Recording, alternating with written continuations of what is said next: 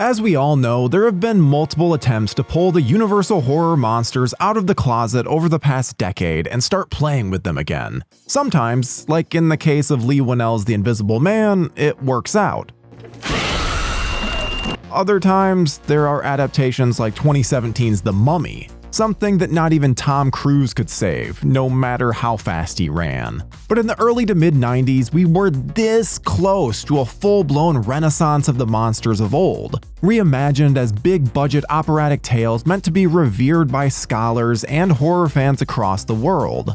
Fresh on the fancy heels of Bram Stoker's Dracula, famed movie maker Francis Ford Coppola received a script for another classic monster tale that could have been the start of a whole new era. No. It wasn't. Instead, it ended up being ridiculed by many critics and even its own scriptwriters, with one of them dubbing it the best script I ever wrote and the worst movie I've ever seen. Victor, you have to tell us what happened! Despite Robert De Niro, a script closer to its original source material than any other before it, and a $45 million budget to play with, today's film ended up swimming with electric eels in a vat full of amniotic fluid, hovering above the stage in an apparatus lovingly referred to as the scrotum by those on set. Go on, kill me now. That is mild compared to what will come. This is the story of what the happened to Mary Shelley's Frankenstein. No!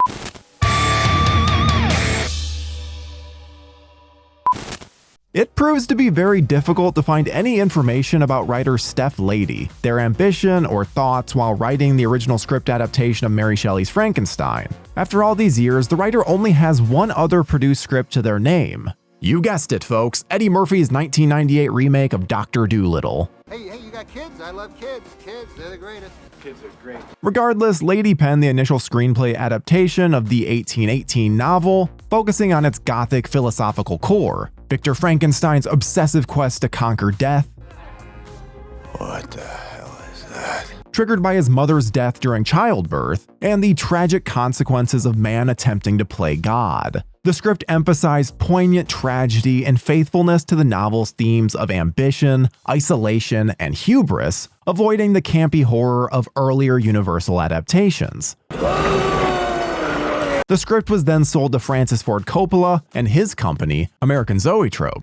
It would make sense then that Coppola would direct himself, as he had just completed a successful adaptation of Bram Stoker's Dracula in 1992. But he must have been tired from all that blood-sucking and Gary Oldman's method acting, however, because he passed and elected to executive produce instead.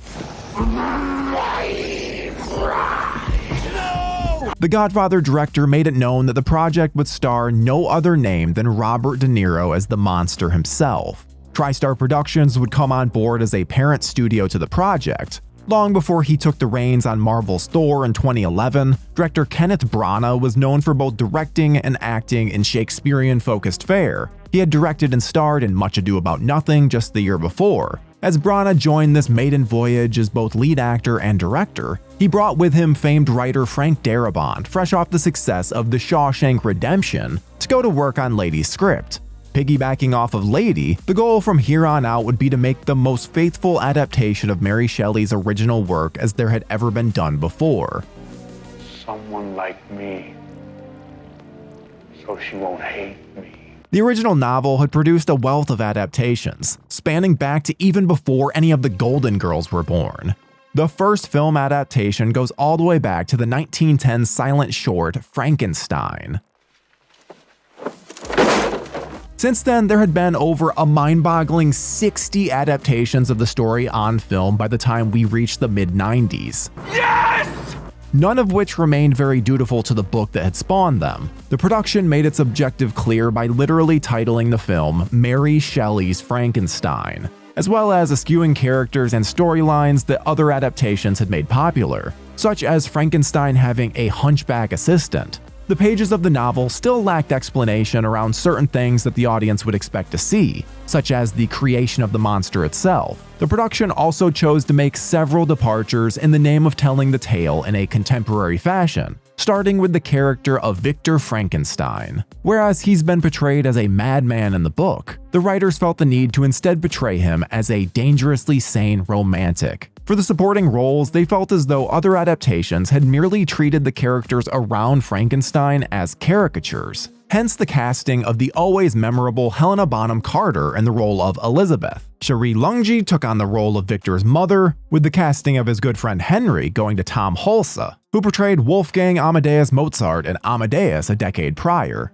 Aidan Quinn plays Walton in a bookend role in the film, and a sympathetic ear for Victor to tell his story to. You'll also notice a litany of talented character actors, such as the great Ian Holm as Victor's father and John Cleese as Professor Waldman. Shooting began during spooky season in October of 1993, mostly in the UK, something Branagh demanded before he'd even agree to work on the film, with a week of shooting in the Swiss Alps to depict what they'd recreate in the studio, the Arctic. Frankenstein! Principal photography was mainly done at London's Shepperton Studios. Branagh preferred to shoot as much as possible of Frankenstein in the studio, rather than on location, so that they could control the elements. In doing so, they ended up crafting some of the most complex sets that England had ever seen, consisting of 7 sound stages, 5 major sets, and over a half a dozen smaller interiors that took about 10 months to put together before cameras even rolled. This included constructing 3 full-size ships measuring 100 feet long and 23 feet wide, as well as smaller models. Over the course of the following 16 weeks of production, it finally came time for the creation of the quote-unquote monster. For this moment, Branagh had a picture in his mind of parents being horrified by their own baby as it had left the womb and leaving it to crawl around on its own. It's alive. Which, in and of itself, is a thought that makes me want to call a therapist for both of us. But in this moment, it led to him crafting a process for the birth of the creature that is purposefully full of explicitly sexual imagery. As a matter of fact, in Branagh's own book of the making of the film, he mentions the word erotic about 5,000 times. They purposely made the creation of Frankenstein feel more like a birth. Apparently, when the miracle of life takes place between 2 men, it means De Niro and Branagh fumbling around in mystery fluid in a scene that resembles the world's worst WCW Nitro main event of all time. A mystery substance that we know includes amniotic fluid from pregnant women because we were forced to watch them collect it. Yeah. It's a moment Branagh says we're supposed to get a voyeuristic thrill from, and to that I say absolutely not, Ken. Moving on, because we really badly want to now, having De Niro as the creature made it an easy decision to again stick closer to the source material. He made the character feel a bit more human and educated than he had been portrayed in a lot of the other adaptations, which worked because they had to do everything possible to make people forget about the Boris Karloff adaptations and recreate the character on their own terms. They kept the creature the same height as De Niro, but wanted to keep him unnaturally strong. The makeup creature design team, led by Daniel Parker, crafted the makeup around the ability for De Niro to emote and for the pain in his eyes to be ever present. They studied morticians' manuals and even experimented with sewing various animal skins purchased from a butcher to see how they looked and responded on camera. Throughout the process, they went back and forth to New York to get De Niro's thoughts and incorporate his ideas. Once an idea was settled on, and the molds and various equipment pieces were being created, De Niro was forced to stay in the exact shape that he was in for 8 months to ensure that the molds still fit during production. In an effort to make it seem like the creature was healing as the film went on, this was constantly evolving throughout filming. De Niro's full-body prosthetic and makeup took as long as 10 hours to apply each day on set, in a role that, at one point, also had him swimming in below-freezing water in the Alps. 12 Monkeys cinematographer Roger Pratt was brought on board to help craft a stylized gothic visual scheme full of dramatic lighting and shadows. Though it was an obvious period piece, instead of focusing on minute details at all times, the crew focused instead on making sure that the environment reflected the emotions of the film. Victor's home was bright and spacious, while the landscape of Ingolstadt was dark and depressing. Academy Award-winning costume designer James Acheson created over 100 original costumes for the ball at the Frankenstein mansion, as well as the peasants and rotting corpses over in skanky Ingolstadt. For the sounds of Frankenstein, frequent Branagh collaborator Patrick Doyle was brought on as composer. Doyle claims he was in tears on the airplane while reading the script for the first time, and knew that he wanted to give the film a big operatic score to match those feelings that he'd felt on Delta that day. Frankenstein released in theaters on November 4th, 1994, and would take in over $11 million on its opening weekend, on its way to only $22 million in the US and Canada in total. Overseas sales helped tremendously and carried the film to a worldwide gross of $112 million against its budget of $45 million. Thank God for international audiences. It turns out that general audiences weren't all that excited about Branagh's erotic fluid wrestling. Critics weren't either. Some found De Niro as the creature to be too distracting, while others felt like it was a big, silly mess of a film altogether. There were those who appreciated the almost hilariously dramatic overacting and gothic whimsy of it all. Tomorrow this journal and its secrets must be destroyed. But for all of Branagh's bluster, Frankenstein wasn't being taken very seriously by critics or audiences, and definitely not by writers Frank Darabont and Steph Lady. Lady called the film a shocking disappointment and blamed specifically Kenneth Branagh's runaway ego for the debacle. Darabont said of the project that it was the best script I ever wrote and the worst movie I've ever seen. He said it was the most he had ever had his ass kicked as a screenwriter, and was dumbfounded at why Branagh insisted on taking a subtle, patient movie and turning it into a loud, obnoxious production. He insists that Branagh, and Branagh alone, deserves any praise or criticism for the film, because it was his and his alone. The movie ended up on its fair share of Worst of the Year lists, but hey, it didn't win any Razzies. Daniel Parker and company were even nominated for Best Makeup at the Academy Awards. Bafflingly, a video game adaptation of the movie was released on Super Nintendo and Sega. In the game, you play as the creature, swatting away ignorant townsfolk with a stick while you hunt for Victor, because they used to make video games out of anything back in the 90s.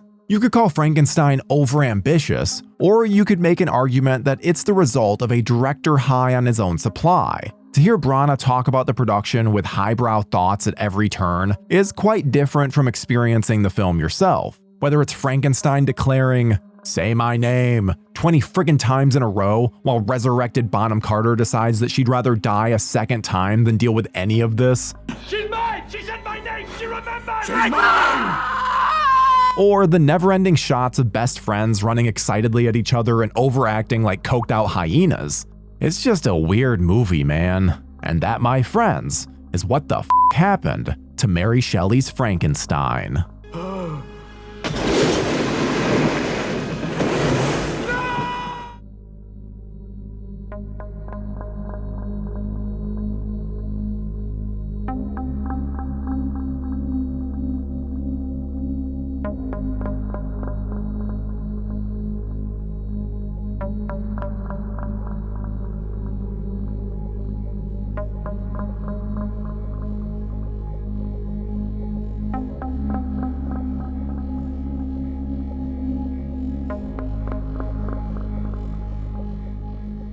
Thank you for clicking on our video, everybody. If you like what you saw here, please make sure you like the video and subscribe and share with your friends who like this sort of content. JoBlo was created by movie fans for movie fans, and we appreciate your support.